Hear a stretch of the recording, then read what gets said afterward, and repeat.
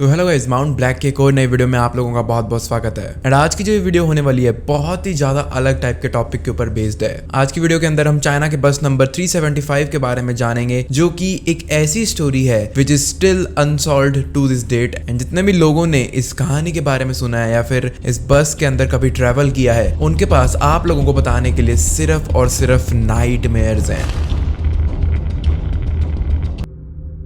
ऐसा क्या खास है चाइना की इस कहानी के अंदर, आइए डीप डाइव करके जानने की कोशिश करते हैं।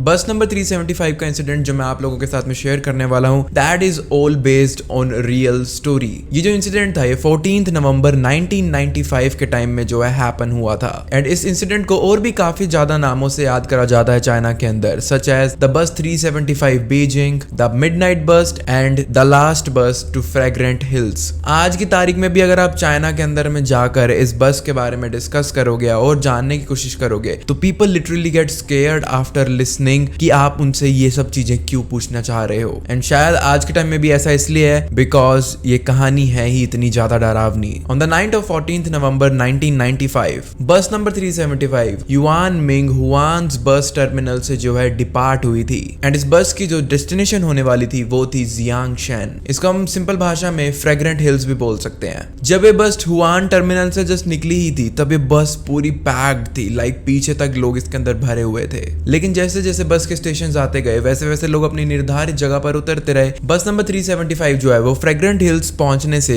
सिर्फ 7 स्टेशन ही पीछे थी। लेकिन 7 स्टेशन अभी भी बचे हुए थे, लेकिन जो बस थी वो इस दौरान पर पूरी तरह खाली हो चुकी थी। बस के अंदर सिर्फ बस का ड्राइवर एंड कंडक्टर लेडी मौजूद थी, इन दोनों के अलावा कोई भी नहीं था। लेकिन ऐसा बहुत देर तक रहता नहीं है। बस 375 एक ऐसे टर्मिनल के ऊपर रुक जाती है उन बचे हुए 7 टर्मिनल्स में से, जिनके अंदर से एक काफी ज्यादा बूढ़ी चाइनीज औरत एंड एक यंग बच्चा बस के अंदर बोर्ड कर जाते हैं। एंड इस बूढ़ी औरत एंड बच्चे के साथ साथ में एक कपल भी जो है इस बस को बोर्ड ऑन कर जाते हैं। सो अभी के दौरान में बस के अंदर कुल मिला के 6 लोग थे, 2 क्रू मेंबर्स एंड 4 पैसेंजर्स। बस जो है वापस चलना शुरू कर देती है। एंड इस टाइम पर इतने लोगों के साथ में बस 375 जो है वो सिर्फ 6 स्टेशन पीछे थी अपनी निर्धारित डेस्टिनेशन पर पहुंचने से। बस के अंदर ये जो 6 के 6 लोग मौजूद थे, आपस में कोई कन्वर्सेशन वगैरह इनके बीच में नहीं चल रही थी। दे वर ऑल एट पीस। बस के अंदर एकदम शांति थी। एंड ये जो 6 स्टेशन का रास्ता जो बस पार कर रही थी ना, ये उस टाइम पर काफी ज्यादा सेक्लूडेड एरिया था चाइना का, यानी कि कैसा एरिया जहां पर बहुत ज्यादा लोग वगैरह नहीं रहते होते थे,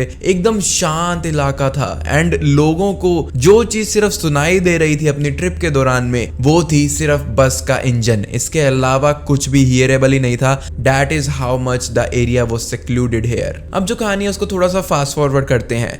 जब लास्ट डेस्टिनेशन जो कि फ्रेग्रेंट हिल्स थी वो आने से सिर्फ 4 स्टेशन रह जाते हैं, तो बस ड्राइवर नोटिस करता है कि इस वाले टर्मिनल के ऊपर भी, इस वाले स्टेशन के ऊपर भी ये 2 पैसेंजर्स नोटिस कर पा रहा था। हालांकि बस ड्राइवर इतना ज्यादा श्योर नहीं था कि ये लोग पैसेंजर्स हैं या फिर जस्ट यहाँ पर वॉक अराउंड कर रहे हैं, लेकिन वो स्टिल बस को रोक देता है। एंड बस को रोकने के बाद में वो दोनों पैसेंजर्स समहाउ काफी ज्यादा अजीब तरीके से बस के फ्रंट डोर से नहीं बल्कि बस के बैक डोर से बस को बोर्ड कर जाते हैं। मैंने आपको अभी अभी जस्ट एक चीज बताई थी कि 2 लोग जो हैं वो ऐसे रैंडमली इस बस के अंदर चढ़ जाते हैं, लेकिन you know the creepiest part is कि बस ड्राइवर नोटिस अच्छे से कर पा रहा था अपने शीशे के अंदर, अपनी आंखों से भी उसने नोटिस किया था कि 2 ही लोग उसने स्पॉट करे थे।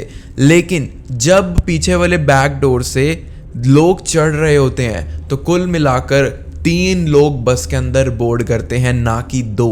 बस ड्राइवर ने इतना ज्यादा ध्यान नहीं दिया इस चीज के ऊपर। उसने सोचा कि जो थर्ड पर्सन है उन 2 लोगों के बीच में उसे नोटिस नहीं हुआ होगा, इट्स नथिंग बिग डील। लेकिन यहाँ पर एक और काफी ज्यादा इंटरेस्टिंग नोट करने वाली चीज ये भी थी कि ये उस टाइम के चाइना के ट्रेडिशनल ड्रेसेस को फॉलो कर रहे थे ये तीनों लोग, जिसकी वजह से इन तीनों लोगों के चेहरे बहुत ज्यादा विजिबल नहीं थे। बस ड्राइवर एंड जो लेडी कंडक्टर थी वो इतना ज्यादा ध्यान नहीं दे रही थी इन चीजों के ऊपर, लेकिन बाकी की जो 4 पैसेंजर्स अभी भी मौजूद थे इस बस के अंदर वो इन लोगों की प्रेजेंस से कुछ ज्यादा खास खुश थे नहीं and they were like not enjoying the vibe that उस पूरी बस के अंदर फैल चुकी थी इन लोगों के बोर्ड करने के बाद से। एंड सिंपल भाषा में कहूँ तो इन सभी लोगों को काफी ज्यादा डर लग रहा था इन लोगों की अपीयरेंस की वजह से। बस के अंदर फियर का एटमॉस्फेयर तो फैला हुआ था, लेकिन यहाँ पर जो कपल बस के अंदर बैठा हुआ था, वन एंड ओनली कपल जो बस के अंदर था, उनका स्टेशन फाइनली अराइव कर जाता है एंड वो बस को अनबोर्ड कर देते हैं। ये वाले स्टेशन पर इस कपल को ड्रॉप करने के बाद में अब बस के अंदर सिर्फ कुल मिलाकर 7 लोग ही बचे थे। 2 क्रू मेंबर्स, एक बूढ़ी औरत, एक यंग बच्चा एंड 3 वो लोग जो कि अभी अभी बस के अंदर बोर्ड हुए थे। लेकिन वो जो 3 लोग थे वो पीछे से ही बस को बोर्ड करते हैं एंड पीछे वाली सीट ही चूज करते हैं बैठने के लिए। एंड वी ऑल नो कि हम में से पीछे वाली सीट बसेस की तो खासकर कोई भी प्रेफर नहीं करता है, बिकॉज वहां पर बहुत ज्यादा झटके वगैरह लगते हैं and it is not that much comfortable at all. But still वो 3 लोग, पूरी बस खाली थी, कहीं पर भी वो आराम से बैठ सकते थे, लेकिन उन्होंने वही वाली सीट क्यों चुनी? लेट्स सी आगे क्या होता है स्टोरी के अंदर। वो जो ओल्ड लेडी थी वो तो बहुत ही ज्यादा घबराई हुई थी उन तीनों लोगों के प्रेजेंस से। वो तो बारी बार ऐसा कर रही थी कि पीछे मुड़ मुड़ कर उनको धीरे धीरे देखने की कोशिश कर रही थी एंड जब भी वो देखती थी काफी ज्यादा चौंकी हुई नजरों से वापस अपना मुंह आगे कर लेती एंड उसकी आंखों के अंदर, उस बूढ़ी औरत की आंखों के अंदर साफ साफ डर नजर आ रहा था। साफ साफ ये नजर आ रहा था कि शायद कुछ बुरा इनके साथ में होने वाला है। एंड जो 3 लोग बैठे हैं ये आज के दिन का अच्छा साइन तो बिल्कुल भी नहीं है किसी के लिए भी यहाँ पर जो भी मौजूद है। आफ्टर अ व्हाइल क्या होता है, अचानक से जैसे बस चली रही थी वो जो बूढ़ी औरत थी वो अपनी सीट से खड़ी हो जाती है एंड जो उसके सामने वाली सीट पर वो यंग बच्चा बैठा होता है वो उसके पास जाकर उसको बस सिंपली स्कोल्ड करना शुरू कर देती है, उसको ब्लेम करना शुरू कर देती है, उसके ऊपर इल्जाम लगाना शुरू कर देती है कि तूने मेरा पर्स चुराया है, वापस कर दे। तो लड़का थोड़ा साइलेंटली बोलता है कि how could I stole your purse, मैं तो फ्रंट सीट पर बैठा हूँ, मैं आपके पीछे वाली सीट पर थोड़ी ना बैठा हूँ। एंड जो लेडी कंडक्टर हैं आप उनसे पूछ लो चाहो तो, मैं कब से यहाँ पर ही बैठा हूँ, मैं 1 इंच भी नहीं हिला अपनी सीट से। लेकिन वो जो ओल्ड लेडी थी वो कुछ भी सुनने को राजी ही नहीं थी एंड वो बस लिटरली स्कोल्ड करे जा रही थी उस यंग बच्चे को। ये सारे शोर शराबे की वजह से, ये पूरी लड़ाई की वजह से जो लेडी कंडक्टर होती हैं वो इनकी तरफ आकर पूछने लगती हैं कि what's the matter, why are you guys fighting like that. So वो बूढ़ी औरत लेडी कंडक्टर को भी बोलना शुरू कर जाती है कि इस लड़के ने मेरा पर्स चुराया है and I need that back immediately now. तो वो लड़का भी अपने डिफेंस में उस लेडी कंडक्टर को बोलता है कि मैम मैं तो फ्रंट सीट पर बैठा हूँ, आपके सामने ही है कि मैं कब से यहीं पर ही बैठा हूँ, 1 इंच भी नहीं हिला, सो मैं कैसे इनका पर्स चुरा सकता हूँ, ये मेरे ऊपर झूठा नाम लगा रही है। तो लेडी कंडक्टर एक्सप्लेन करती है उस बूढ़ी औरत को कि आपको कुछ गलत फहमी हुई है, आपके सामने ही बैठा है कब से, अगर इसने पर्स चुराना ही होता तो इसके पास हमें दिख ही जाता, ये इसने रख कहाँ दिया होगा बस के अंदर, इसके पास में ही होता ना, इसने चुराया होता तो शायद आपका पर्स इधर उधर बस के अंदर ही कहीं गिर गया होगा, पूरी बस खाली ही पड़ी है तो शायद आपने नोटिस नहीं करा होगा, हम ढूंढ देते हैं। लेकिन इतने ज्यादा परसुएशन के बाद भी ये बूढ़ी औरत सुनने को कुछ तैयार ही नहीं थी। अचानक से इसके अंदर ऐसा अजीब सा रूप कहां से आ गया था किसी को समझ ही नहीं आ रहा था। अभी तक तो ये शांत बैठी थी,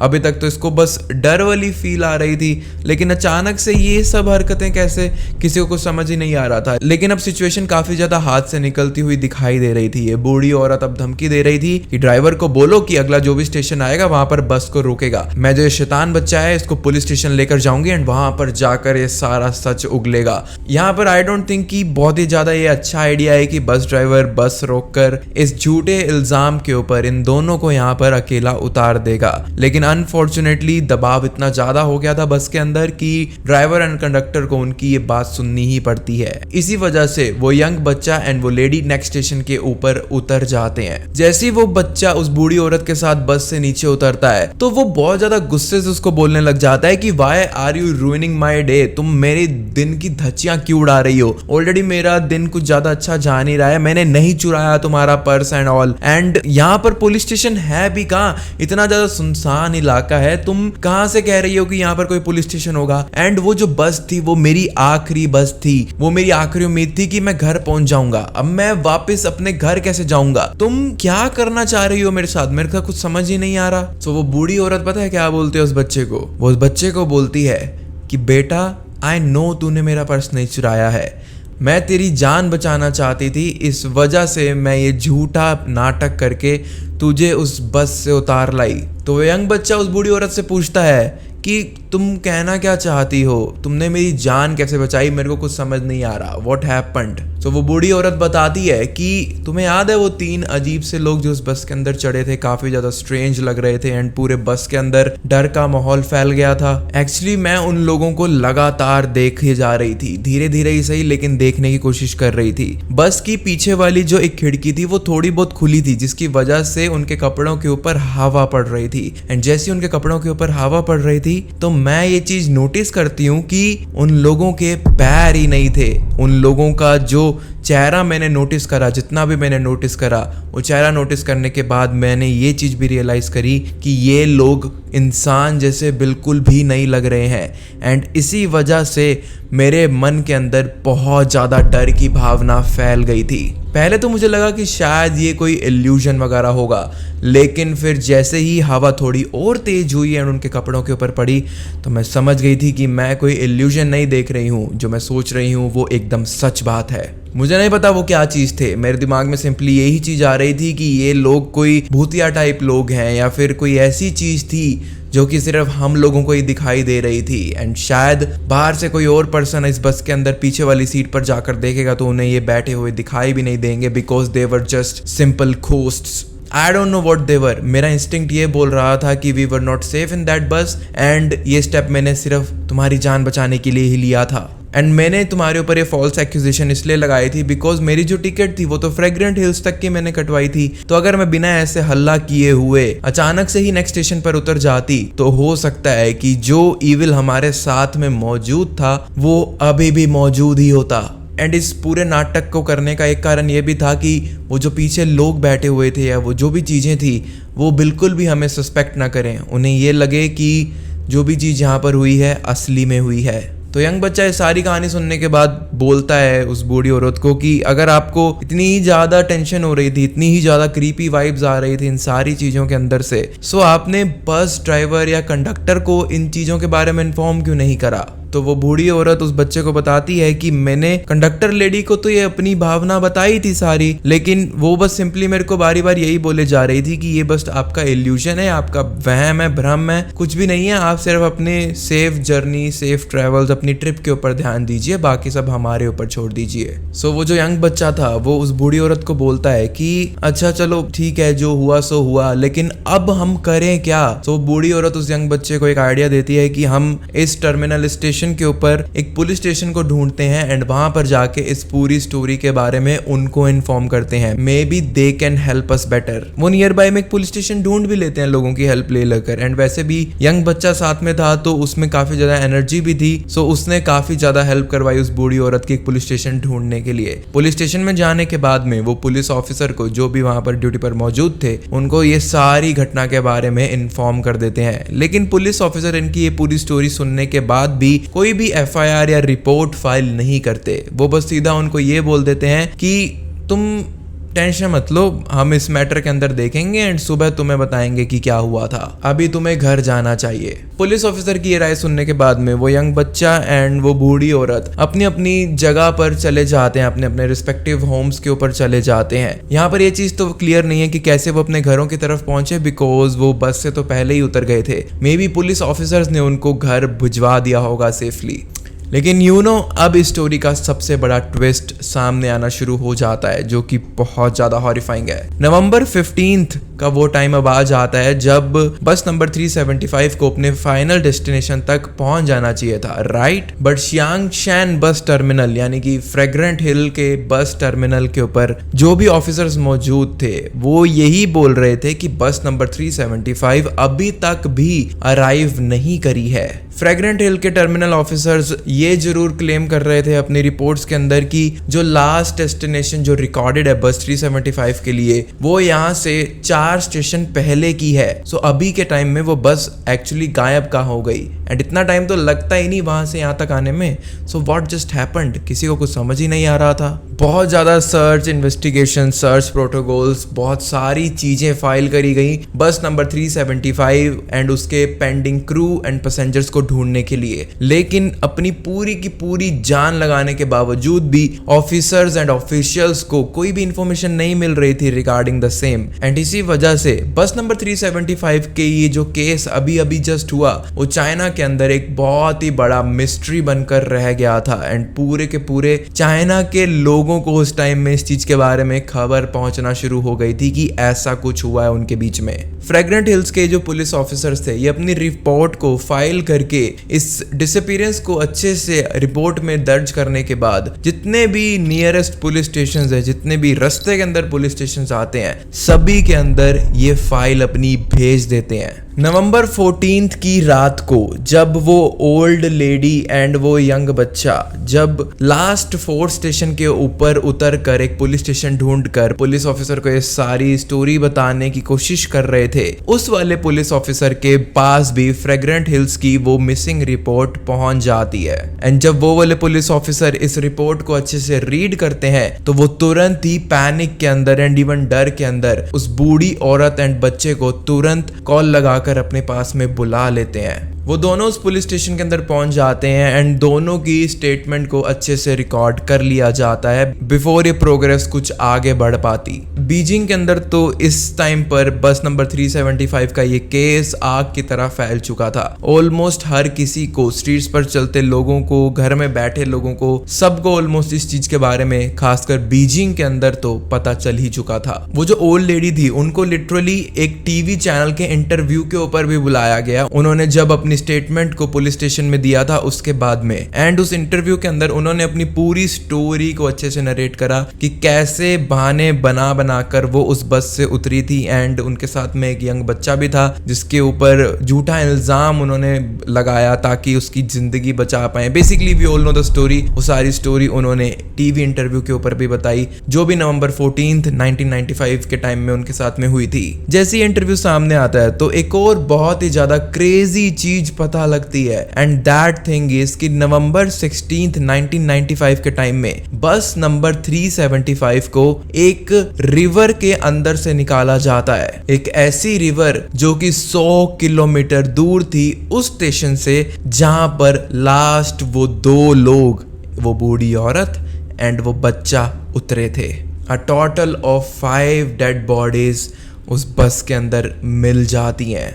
इस बस को जब उस जगह की रिवर के अंदर से निकाला जा रहा था तो मौके पर पुलिस वाले, डॉक्टर्स, फायर डिपार्टमेंट वाले लोग, हर टाइप के ऑफिशियल्स मौजूद थे सीन पर। जब उन 5 डेड बॉडीज का अच्छे से मुआयना लिया गया तो चीजें और भी ज्यादा कंफ्यूजिंग होती हुई नजर आ रही थी। जबकि पुलिस ऑफिशियल्स को लग रहा था कि मिस्ट्री सॉल्व हो जाएगी, लेकिन हुई नहीं थी।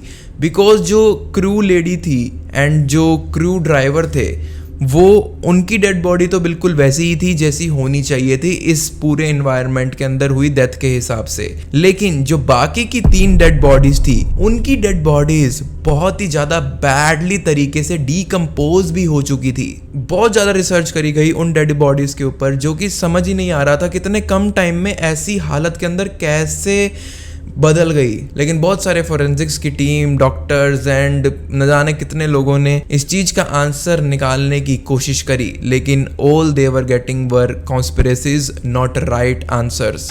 तो बस नंबर 375 ऑफ बीजिंग के आज भी कुछ ऐसे क्वेश्चंस रिमेनिंग हैं जिनके पीछे आंसर मिला ही नहीं है कभी। वो 3 लोग जो बस के अंदर चढ़े थे वो कौन थे, कहां से आए थे, एंड क्या सच में वो कोई इंसान थे या फिर they were already dead when they boarded। सिर्फ 2 ही दिन हुए थे इस एक्सीडेंट को एंड पानी के अंदर जाकर इन लोगों की डेथ हुई थी। सो ऐसे केस के अंदर भी, ऐसे एनवायरनमेंट के अंदर भी इतनी ज्यादा रॉट कैसे कर गई उन 3 लोगों की ही डेड बॉडीज। अगर करनी ही होती तो उन 2 की क्यों नहीं करी। वो जो बस थी वो आगे के 100 किलोमीटर तक कैसे चली गई। इतना तो फ्यूल ही नहीं था बस के अंदर। बस के अंदर प्रॉपर सिर्फ उतना ही फ्यूल था कि वो फ्रेग्रेंट हिल्स तक जा सकती है, इससे आगे वो जा ही नहीं सकती थी। लेकिन 100 किलोमीटर तक इतने लो फ्यूल के साथ में वो बस आगे कैसे चली गई, समझ ही नहीं आया किसी को।